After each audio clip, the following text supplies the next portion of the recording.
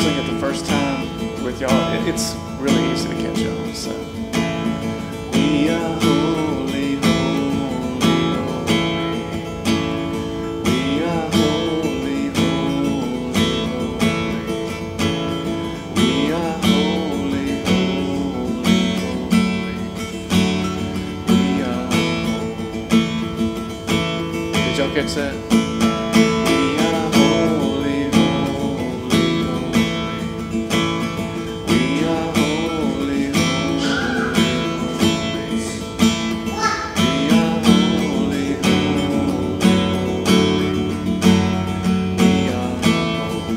Just keep singing that. We are holy, holy. We are holy, Spirit divine. Keep singing. Come to me, feeling love, healing me. Holy, holies. Open my heart. Allow me to see beauty and love lives in me. We are holy, holy, holy. We are holy, holy, holy. We are holy, holy,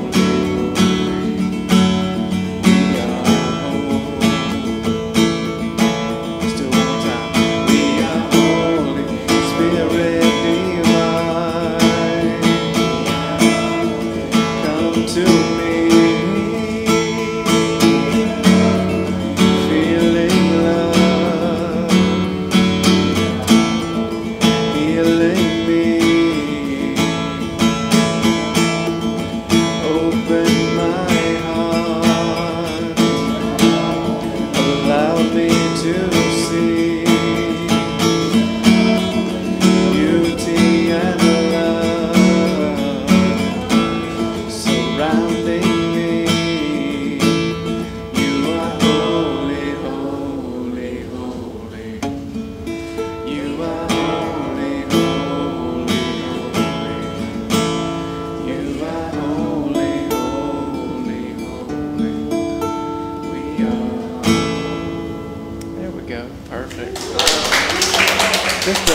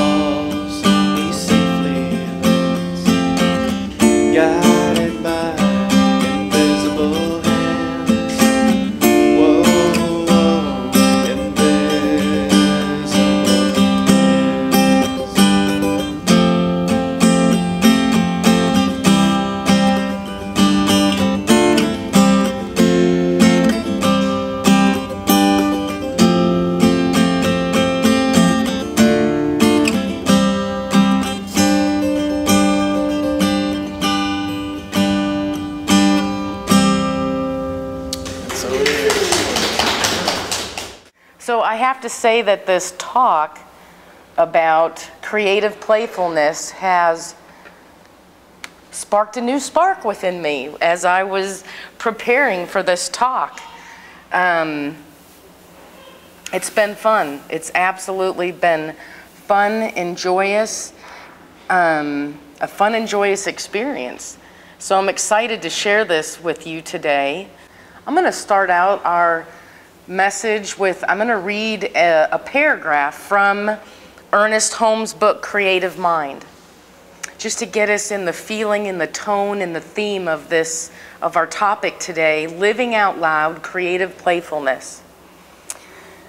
So Ernest says in Creative Mind that each soul must discover for himself that he stands in the midst of an eternal creative power which presses itself around each of our thought and casts back to each of us glorified all that God is.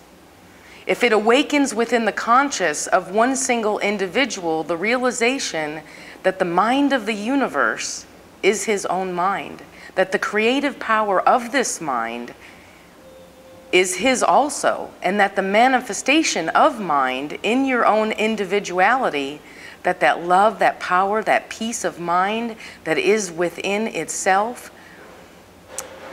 that it may then do much in simplifying and bringing to light some of the deeper mysteries and meanings of life. That was written October 1st, 1918.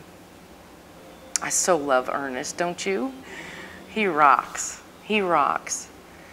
So when we think about creative playfulness, or talk about it, I think the first thing in my mind, in my experience, I feel like I'm having to be on my tippy toes. Let me move this around a little bit. I think in my expression in life, or my experience with this is when I think about creative playfulness, throughout the years that I have been on this planet, the one thing that really would kill that for me was the word job. And how often do we think that, say that, and do that very activity? You know, it's 80% of our experience in life, seems to be. So job was a really tough one for me to be able, I didn't feel creative, I didn't feel free, I didn't feel excited about job, to be very honest. And I'm sure I'm not the only one that's had that experience. But I took a class, and I honestly can't recall if it was a webinar or if it was an in-person class. But in this class, this person expressed, well, why don't you look at job as in a new way? So what the idea that she shared was job is actually joy of being. And at that very moment that I changed my thought, my experience changed every time I thought about job. I never saw job as job after that. I always saw it as joy of being. And now it's become such an idea and a belief. You know, in the beginning it was just a sentence, joy of being. Okay, that's nice. That's a nice way to play with it. But over the years, as I've incorporated that, it's turned into a belief. It's turned into a belief that, wait a minute, joy of being, that's what I'm here to do.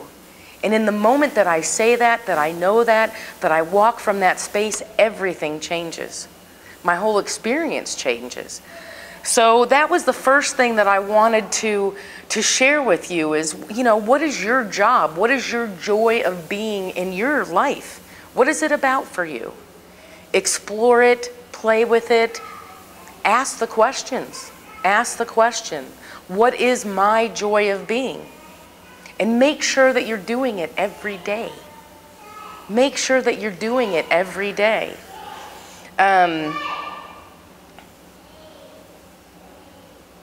Joy of being. So it's reframing. Creative playfulness, it's a way to reframe our languaging and create something new. And we're going to get into that later on in the message because I've had some fun with that and I'd like to share with you a little bit of creativity around new languaging. But at this moment, I want to invite you to in your mind's eye, just go to a quiet space right now, and I want you to go back in this moment, go back to your day this morning when you got ready, as you prepared, as you, whatever it is that your daily activities, go back and revisit that place for a moment. What you did to prepare to come here, what you were thinking as you drove, what you thought when you got dressed, and reflect back. Reflect back on what you were thinking up to this moment of now. And from this space, when you just got out of bed and you just pulled back the covers and put your 2 feet on the floor, imagine imagine your day from a new vantage point. And the new vantage point is do that same activity without censoring and without labeling and without judging. Now, put your feet on the floor and stay. Imagine yourself getting ready, seeing the beauty of your clothes, the beauty and the bountiful expression of your creative clothing. And not labeling, not censoring and not labeling everything that you're doing, every activity, and just letting go and being in the now. How does that feel? How does that feel to just take a moment and dive deeply into a space to where you experience life without censoring, without judging, and without labeling? Does that not feel good? Does that not liberate you, fulfill you? All of a sudden, maybe activities that weren't satisfying, all of a sudden they are satisfying because we're not judging them, we're not labeling them as anything. So I'm going to share with you a quote from, and I may not be pronouncing this correctly, but I'm going to try, Shiitake Gawan. Every moment of your life is infinitely creative.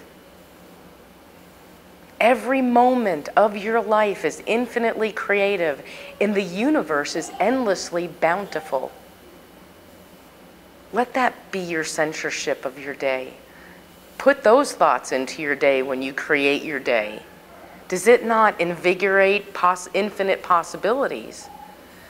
Put forth a clear request to the universe, and everything your heart truly desires must come to you. Why? Because that's the way it works. Thoughts create. So, knowing that our thoughts create, I think, we have the ability to put ourselves in this creative field of dancing through life with joy, rather than, well, I'm going to work, I'm going to my job, I'm doing my thing. The more that we create and allow ourselves to sit in the truth, in this infinitely creative substance, the more we source and derive our life from that very space, not by the appearances, the conditions, the this and the that of the world. My boss was in a bad mood, this thing happened, that thing happened. We take ourselves out of that realm and we create in these infinite possibilities, and all of a sudden, DNA and molecules and atoms that have been dormant in our human body all of a sudden become alive with possibility. Does anybody makes me think of Avatar. Does anybody remember in Avatar when he did this and all those, I don't remember what they were called, but all those little beings came down and they landed all over him? It was such a profound moment in that movie, and she looked at him and she knew, oh my gosh, this is something special happening here. you know, to derive our beingness and our daily existence from that infinite possibility of inviting and knowing that something special is taking place. So playing with it, changing, and whatever it is in languaging and words, you know, ask yourself, what are the words that drain your energy? Is it money? Is it job? Is it relationship? What are the words that drain your energy? And create something completely new. We have that capability. We have that. We are so infinitely intelligent. We can use this, our thought, the power of our mind, to playfully dance with this thing called life. We're here to be joy. We are here to experience every day in this joy. And if we're not doing it, stop that right now. Stop that right now. And it's I used to do it with my kids. You know, one of the things that when my kids were little and they were throwing a fit, you know, let's just imagine them, say they were 5, 8, 10 years old, whatever, and they were throwing a hissy fit, which was what I called it. I would get on the floor and throw a hissy fit with them. And I remember the day that I did it, both of my children, their chins hit the ground like, what are you doing? Mom, you're crazy. Well, good. Because I'd rather be crazy than be unhappy. You know, I'd rather be spontaneous than be wah, wah, wah, wah, wah, wah, wah. You know, that Charlie Brown tone in Charlie Brown, wah, wah, wah, wah, wah. I'd rather be, and it stunned them. It stunned them. But I think the beauty of this creative playfulness is we can do this with ourselves. Nobody else needs to be present. That we can do this and create and derive our life with fun, with joy, with joking, with lightheartedness, with freedom to express. So it was interesting when I was getting ready to preparing for this subject today, I watched a TED Talk. And I posted it on our YouTube page, and I invite you all to go back and look at it. But it's a TED Talk, and it was about the creative genius. And Elizabeth Gilbert, the author of Eat, Love, and Pray, this was her TED Talk. So she shares about how she wrote this unbelievably wonderful book, Eat, Love, and Pray. And she goes, you know, the amazing thing about this, she goes, people are coming up to me and they're almost offering their condolences. Like this freakish success of Eat, Love, and Pray will never repeat itself within her life. She goes, so when people are like, oh, wonderful book, great book, you know, like, how are you going to keep up at that pace? How are you going to write your next book and be of that success? She goes, if I bought into that mentality, that fear-based mentality that people are coming to me with, she goes, I might as well just drink gin every day. Because it does, that fear-based reality of trying to recreate that success in her next book kills her creativity. She goes, if I come from that place of gotta have it, gotta do it, gotta make it happen, or I'll never do it, or whatever it is, the pressure that we come under. So it's like, you know, when we're creating with life, how are we allowing this creative, infinite intelligence to flow? Are we spontaneous? Are we programmed and automatic in our responses and in our reactions? And you know, how are we allowing this creative genius of God to express in our lives? And are we inviting it? Are we doing it on a regular activity? So I think the first part of it is to uncensor ourselves. You know, to uncensor ourselves and allow ourselves to walk through this life in our fullness of exactly who we are right now, knowing that we are enough. We are perfect. And that there is a unique gift, creative gift that we have to share with the world.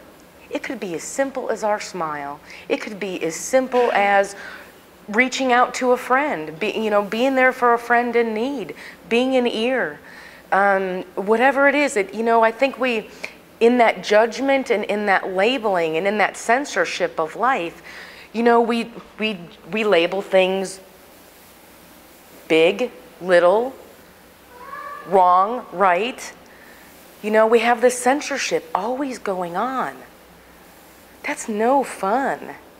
That's no fun. And there's no creativity expressing in that. So we're going to talk a little bit about things that are not good, things that old habits and beliefs and thoughts that we can release right here now together as a community to say, I'm done with these things. So to allow this creative genius and intelligence of God to express through our lives as play, as fun, as creativity, as complete freedom to be the beauteous, powerful people that we are.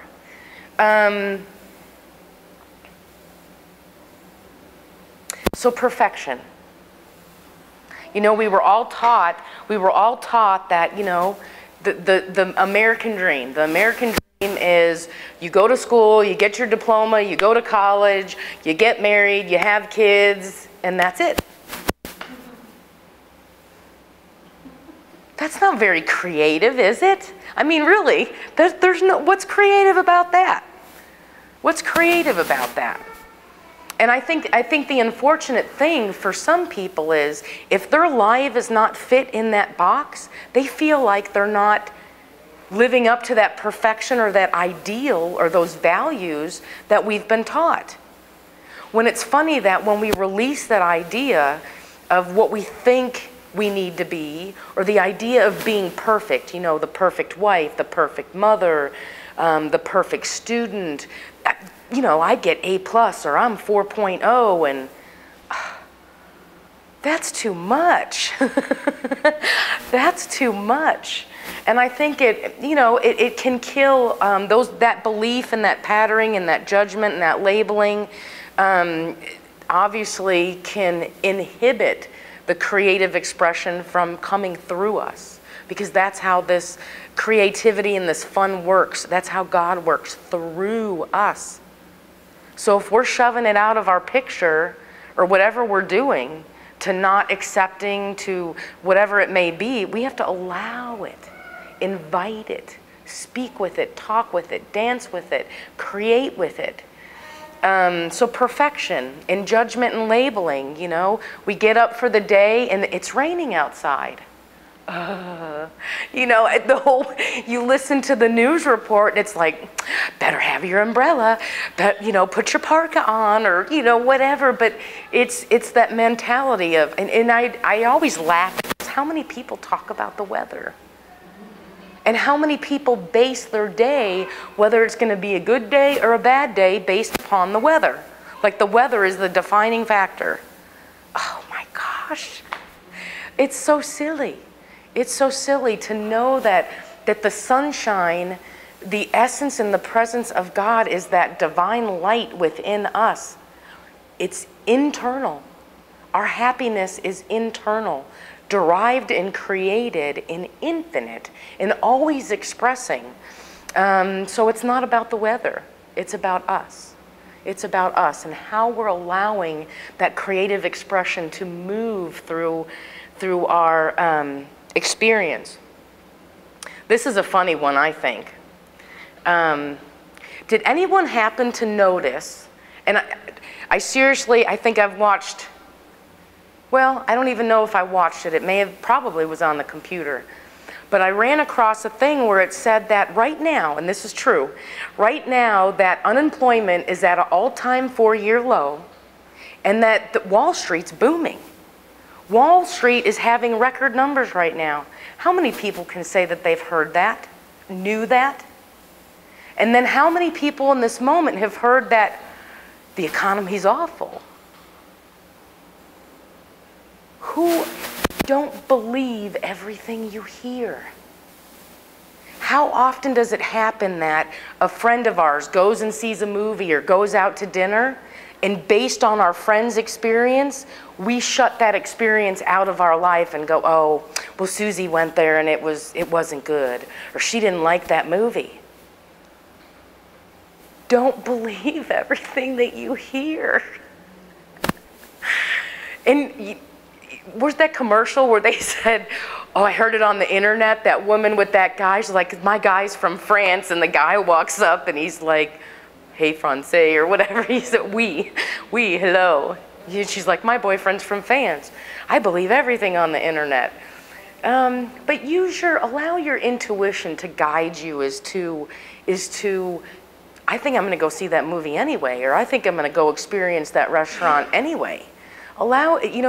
Don't buy into someone else's experience.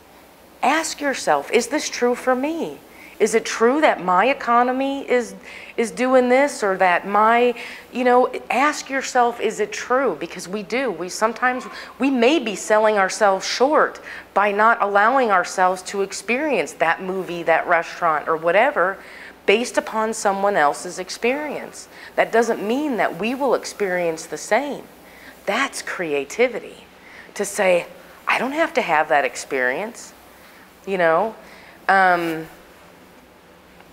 So, are we rigid with ourselves? Performance, success, do it till it hurts. All those kind of things. It's unfortunate. It's unfortunate because our job here is to be in joy. It is our joy of being. That is the truth. And it's hard it can be challenging to, especially if we have rigid expectations, or we have expectations of ourselves. Why don't, relax. We have this infinite wisdom tank that is ever plentiful within our beingness. That is the true source of everything. It's right here within each of us. So allowing ourselves to just deepen in that walk of trust, to say, oh my gosh, I can expand. If my life is this big, that I can expand this creative expression out and authentically live in the world in a playful way. There was a Facebook post last week and it was access consciousness. I love that. And if you haven't checked it out, check it out, access consciousness.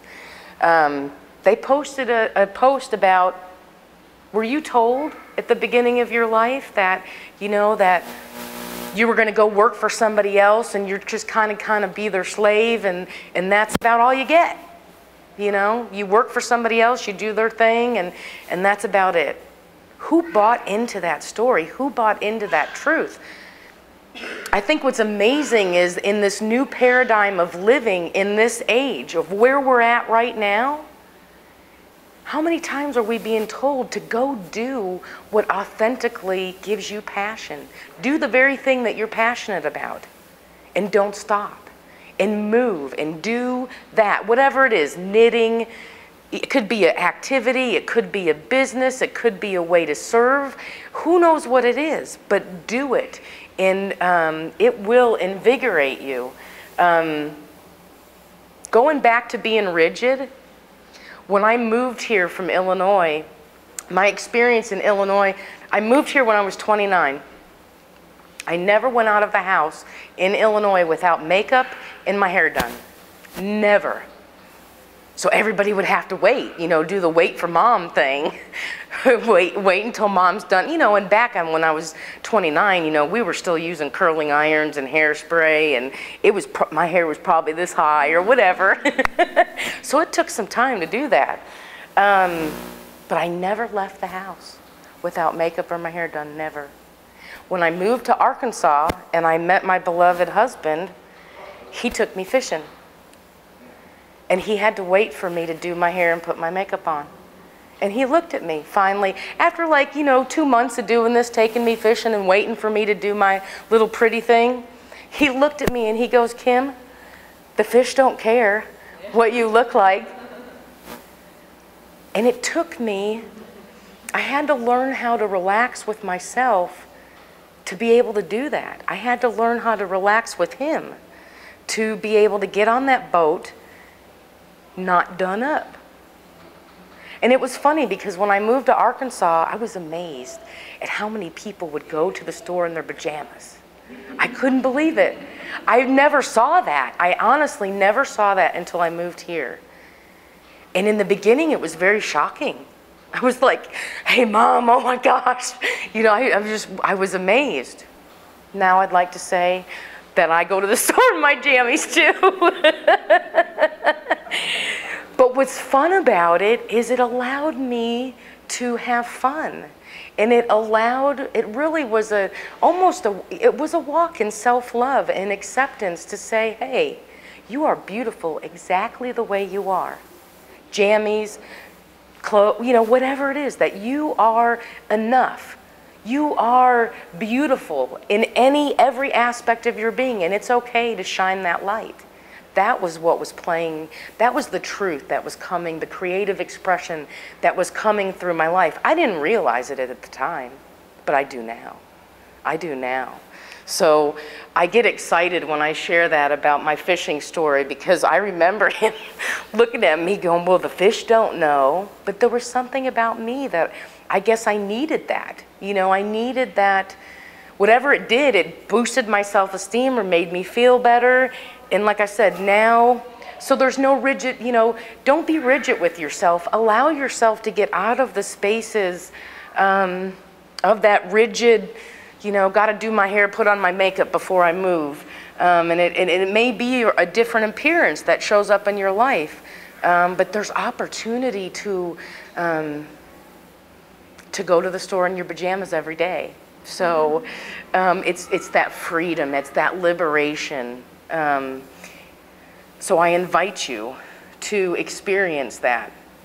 We recognize in this moment that creativity is the opposite of routine. Creativity is the opposite of routine. And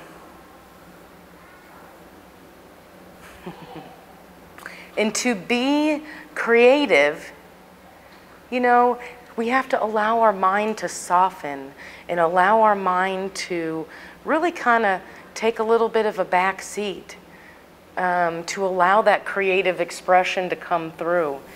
I'm reading a book right now called Peak Vitality. Is anybody familiar with Candace Pert?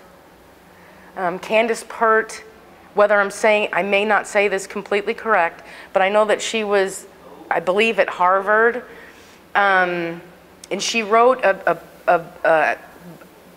part of this book is called, her portion of the book in Peak Vitality is called Hardwired for Bliss. That we as humans are hardwired for bliss. This is what she shares about the creative expression through religion and spirituality. Religious or spiritual mystics have reported a blissful ecstasy when united with the divine through prayer, meditation, a trance, or even dancing. It makes sense that the 12-step program with AA, with its strong spiritual component of seeking help from a higher power, has been the single most effective method for recovering from addiction because of the spiritual truth. So play and laughter are vital to feeling good. Recreation is not merely a frivolous activity or a frivolous addition to a life or a hard-earned reward from work. So many people are burdened by workaholism. I've never heard that said before until I was reading this. Workaholism that our society has created. For us not to be laughing and playing during some part of every day is unnatural, and it goes against our fundamental biochemistry of our body. Consciously seek out opportunities every day. Put it in your calendar if you have to, but allow yourself to take time to laugh, to play, to dance, to blast the music, whatever it is. If you like, if you're a big fan of music, play it loud and proud. Play it loud and proud. So when we go back to think about our lives, and we're at that moment where we're putting our feet on the ground, getting out of bed and putting our feet on the ground for that brand new day. See in your mind a blank canvas of possibility. You've never done it before. You've never experienced this day before. I know that you've been there before, but the experience that you're creating is blank. Do we know that? Are we awakened to that gift of that day? So as we get out of bed and we put our feet on the floor, ask yourself, what are you creating? Ask yourself what you would like to paint on your blank canvas of life. Maybe it's, color, create, whatever it is. What are the things that you like to do? And if you haven't done them in the last week, go back and do them twice today. Right? Do it once in the morning just because it felt good, and then do it again in the afternoon just to make sure you got it right. But it's allowing, because I do this, it's a habit. I wake up and got to do the dishes, got to do the laundry, gotta. That kills my creativity. It puts it right out the window. That is a word that I would like to release, and I do find myself saying it often, but I don't see very often. I don't see the blank canvas of life that I'm creating in. And I think staying in the now, not even looking at the day, not even looking at 9 o'clock, 10 o'clock, 11 o'clock, 12, I'm not even going there. Stay in the now and ask yourself in every moment, how can I have fun? Maybe it's just, you're on the phone at work and you're listening to somebody talk and doodling. Doodling. Just something that you can put in your day that's new. That's new and vibrant and creates a new possibility. So staying in the now is important. I've recently read a book, and I want to recommend this to everybody. And I'm going to explore this topic again, because we're just going to touch very briefly. It's called I Can See Clearly Now. It's by Mary Soleil. And she's an award-winning author. She's written other books, and she's in the process of releasing a book in the spring. This book is life-changing, and she talks about how synchronicity illuminates our lives. So when we go to put our feet on the floor of our day, can we see that everything is infinite and intertwined? That there's a unity of everything, of synchronistic happenings happening all the time. Are we aware of them? And I'm going to share with you a little bit from her book. And there's so much to talk about from this book that I will go back and talk about this again, because it is one of my favorite topics to talk about is divine synchronicity. It's recognizing as we get out of bed and put our feet on the floor of the day that our path is illuminated. That our path is illuminated. It's clear. Our job of the day is to do it. It is to creatively express our joy of being, however it is. Some people do it really easy. They have a good. They're very humorous. They're comedians. They smile a lot. They're happy. They're joyful. That hasn't really been my personality in this life. But I would like to incorporate it more. But have you ever met people that just make you laugh?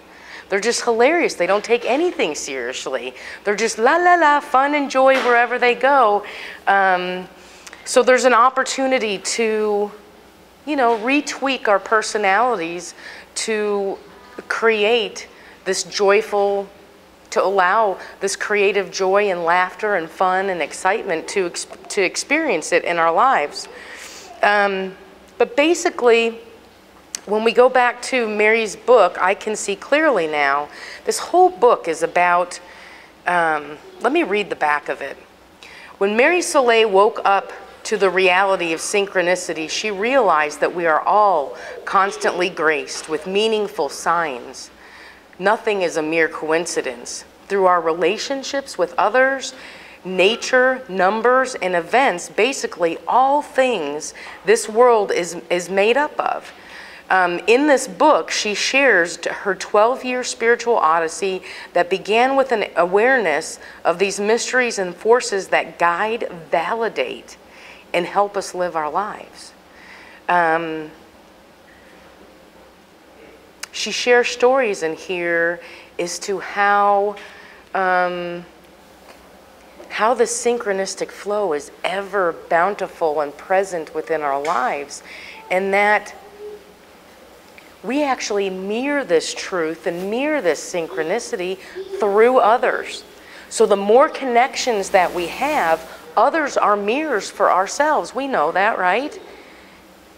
But I think the thing that doesn't get brought out in this creative possibility living is that there could be a very important something that you need to know that will come through a friend. 90% of divine sparks that I have in my experience come through others. They don't come through me. It gets told to me.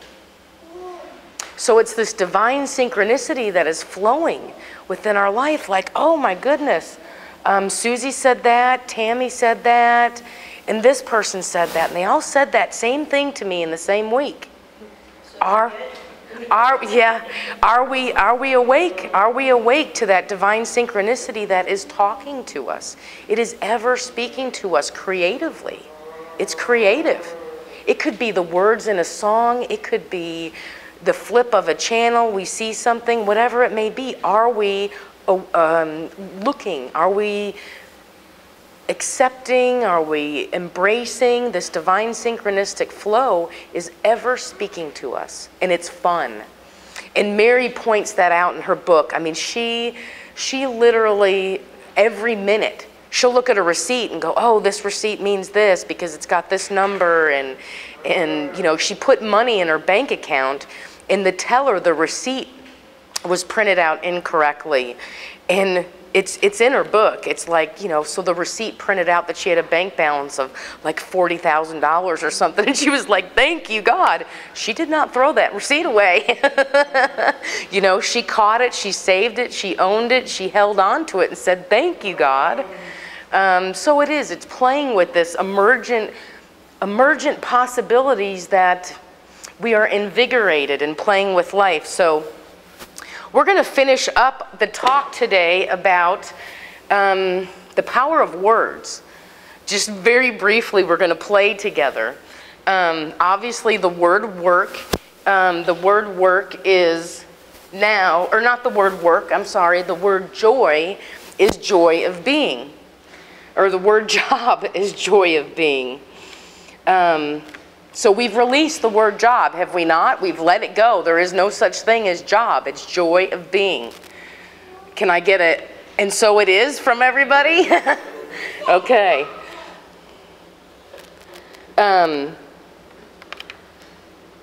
One second.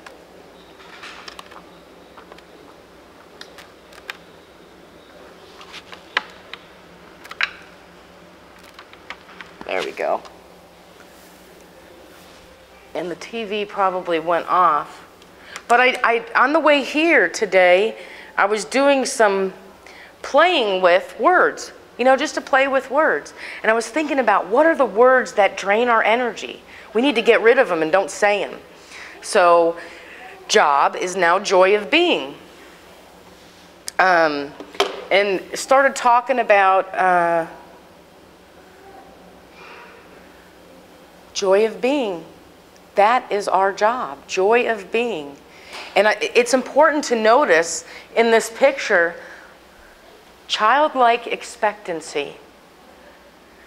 When you put your feet on the floor of your day, can you wrap your emotions around what it feels like to open a present when you were 5? I mean, do you ever, you know, we've all watched children open presents, right? Is it not the most hilarious thing you've ever seen? Like on, what's that, Funniest Home Videos? The kids will get up and run around the house and scream and yell and cry and, oh my God, because they got that one thing they were waiting for. What I invite you to each do, the invitation for next week is to get up every day and see every day as a gift, as a present, and to invoke your childlike expectancy of good as you go about to create on your blank canvas of the day. That's what we're here to do. It's not about, you know, releasing the idea of I work, I go home. I work, I go home. I work, I go home. You know, release that. Release that. That we can be this joyful noise unto the Lord everywhere we go, within every activity within our lives. So, the word work. So I take the word work, and I don't know, what is this called when you take the first letter and you put something after it? What's that called, Cheryl? Anagram? Acronym. Acronym. Acronym, thank you. Let me find it here and see if I got it. So we're working on, maybe it's here. Here it is. The word work. So the creative expression that came through me was wonder, omnipresent, receptivity, kinship. Does that feel better? Does that not uplift the vibration of the word work? And we don't have to remember all of that, but remember wonder. When you think of work, think of wonder. Does that not change the experience? Change the possibilities right there in doing that? That's fun. And Will and I worked a little bit before we started today about money. Magnetic, opulent, natural energy, yours. Yippee! Playing with the creative field, playing with life. You know, to play on in our playground of our mind. Play in our playground of our mind and allowing this creative expression. I bet you that we add 10 years to our lives every time that we can sit in this field of childlike expectancy. That we can derive and source our beingness from being lighthearted, free, and here to express our joy of being. So we're eternal. You know, we're eternal, we're infinite, we're ageless, we're deathless, and that's wonderful, but let's do it joyfully. Let's do it joyfully and creatively. So the power of words. We talk about the power of words, that, you know, new languaging, play with it and have fun. Does anybody else have any other ideas that they would like to share? Because I know that they're infinite in things and ways that we can use this creative playfulness in our lives. Does anybody have any other ideas, thoughts? We've got go to the store in your pajamas. For the ladies, no makeup required. You can figure it out. You can figure it out. Acronym for taxes. Oh, acronym for taxes. Okay. I just came up with one. Okay. Kim is kindness in motion. Aw, sweet. Thank you, Bonnie. Thank you, Bonnie. Yeah, we could all do that with our names. How beautiful is that? How beautiful is that? Awesome. Well, create your day. The invitation for this next week, go out and create your day. When you put your little feet on the floor in the beginning of the morning, when you're in your pajamas, know that go from the space of your joy of your being and have fun. Have fun. Laugh too much. Love too much. Live out loud. And don't shy away from letting the beauty and the essence and the presence and the power and the divine spark of you, allow that. Allow that to be your only thing to do here on this earth. Thank you. Thank you.